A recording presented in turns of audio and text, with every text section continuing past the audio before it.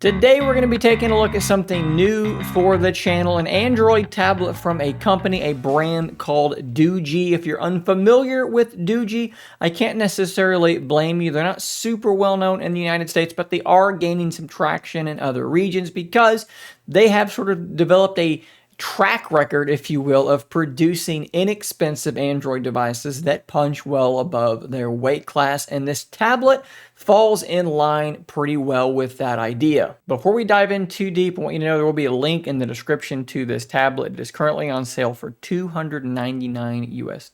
Regular price is $449. So keep that price point in mind as context as we move forward. The Doogee T30 Pro does feature an 11-inch 2.5K display, which is thankfully running at 16:10, means you're going to get a little bit more height on your screen than if it were simply 16:9. I think that's fantastic for all tablets. 16:10 at minimum, 3:2 would be something I would love to start seeing companies do. But anyways, it also is running a MediaTek MT8781 processor alongside 8 gigabytes of RAM, which can actually be expanded up to 15 gigs if you allow it to use some of your storage as RAM. Your performance will kind of vary when you're doing that type of thing. 256 gigs as far as storage. A pretty large 8580 milliamp hour battery means this thing's going to last a pretty darn long time. You have quad speakers. I'm going to talk about those a little bit later, and it is running Android 13. Now, as you saw just a moment ago, it actually did come with this sort of folio case, which should provide some protection on the edges, but it will also allow this thing to be folded back around like that, and it can act like a kickstand, which should aid multimedia consumption. We also got this stylus in the box, but this is sort of a weird thing. So this stylus tip here that has the little, flat thing on it works fine. I'm not really sure what to make of this one because I think this is actually like an actual pin. So you're not going to want to try to use this end on your screen. This is to write on paper. This is the one you want to actually use on the tablet itself. And as you can see, it does work just fine. It's not, like an S Pen or something like that. There's no buttons on it, but if you just want to use it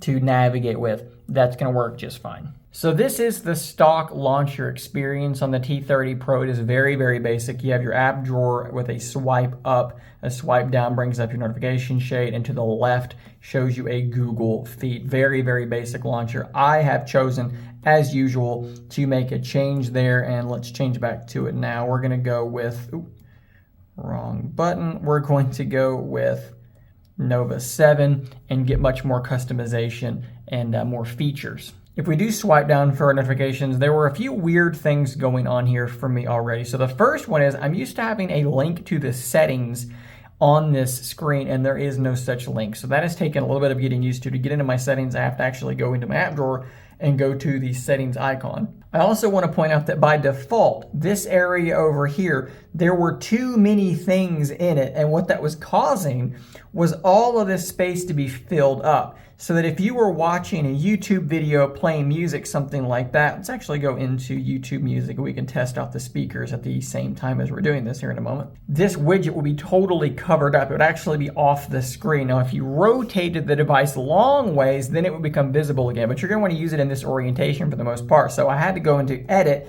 and get rid of some of those widgets to make this thing actually be visible in this screen here. Of course, your notifications will set up over here. Let's take a listen to this speaker now. It's a quad speaker setup, so there's 1, 2, 3, and 4, and it is relatively loud. I'll definitely give it that. We're going to boost to maximum volume for you to hear this.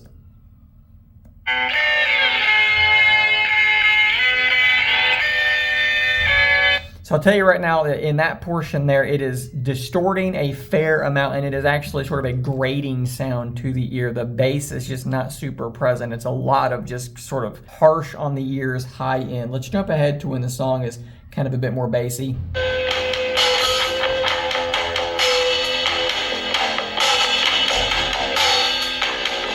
This is definitely a speaker setup that is prioritizing loudness over quality. They're distorting, and again, they're just quite harsh on my ears. I thought it would be good to provide some context. So this is my Z Fold 4, same song, maximum volume. Here's the first part.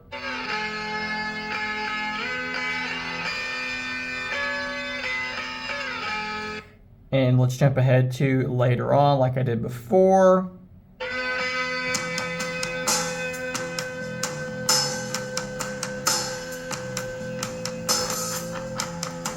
Definitely a far better sounding set of speakers in a smaller package. So as I type here in YouTube to get a movie trailer for another audio and video sample, the haptics are quite loud. This is common on cheaper devices. The haptics, you tend to hear them more than you feel them. Definitely the case here as well. The darkness has found us again. Honestly, with a movie, something like this, just don't push the volume all the way up to where it begins to distort, and I think you're going to be much happier for it. The screen itself does look fairly decent. It's not an incredible screen. Let's turn off this light here so you can maybe see a bit better. But it's pretty good, right? If you wanted to watch a movie on this, you absolutely could. It's going to do well enough for that. You just don't want to push those speakers up super loud because boy, oh boy, do they get grating on the ears. In terms of overall performance, I've actually been fairly impressed. It's a rather smooth device. Even, going into the Play Store like I did in the beginning where I'm just installing thing after thing after thing, app after app, they're installing quite quickly. With a lot of these cheaper tablets and cheaper devices, just installing all those apps in the beginning can kind of be a tedious experience because each one just takes a little bit longer than it should, but that is not the case here. The animations have remained quite smooth while I've been pushing the device relatively hard. As you can see, you're switching between apps, going back several apps. Everything's, moving around quite quickly. The performance is pretty decent. I did run some benchmarks. So Geekbench 6 rendered a 701 and an 1811, which is definitely not going to win you any speed championships. And then for 3D Mark, the wildlife test gave an 1189. So again, this is not some gaming powerhouse, but for normal tasks, if you're wanting to watch YouTube, you're wanting to watch movies, TV, browse the web, things like that, it is going to be more than sufficient for that. And it's honestly been faster than I expected. So if we jump back into the settings, I kind of want to go through this. It's pretty much stock Android 13. They have taken the time to change these icons, but there's very little that has been changed or modified in this section. There is an area here called DuraSpeed, which it says helps boost the foreground app by restricting background apps. So this is kind of like a gaming mode. So if you've installed a game you want to run better, maybe turn on this DuraSpeed and fire that up. I did not see a huge difference with using this, but maybe, depending on what you have installed, maybe that will be an improvement for you. Under System and Gestures, we do have a couple of things. Quickly open the camera, which is, I believe, by double-clicking the power button. Yes, that did work there that second time, which, by the way, the camera is a tablet camera, nothing super duper impressive. The camera module actually looks pretty good back there, but the camera itself, it's a tablet camera, nothing special.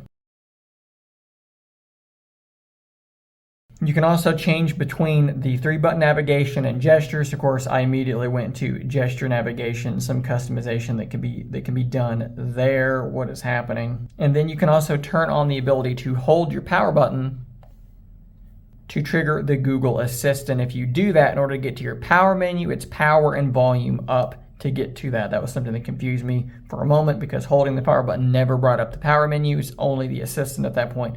That's how you get to that.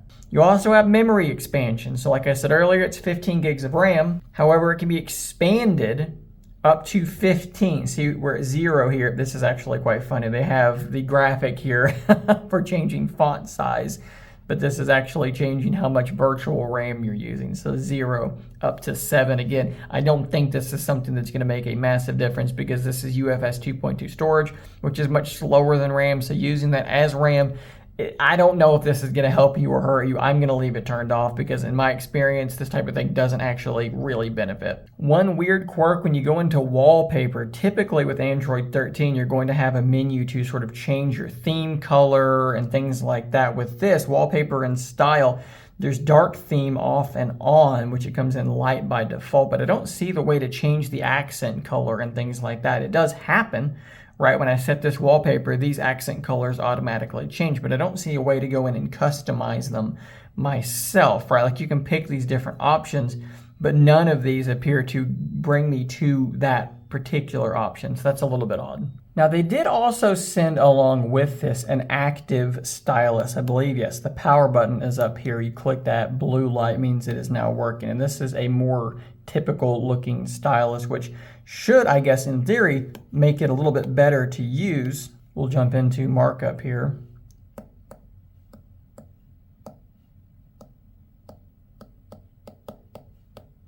I mean, I guess that's better than the one that was included. I don't actually have the price on this thing. Hopefully by the time I'm editing this, maybe I'll put the price on the screen and a link in the description or something like that, but I'm not seeing it at this exact moment.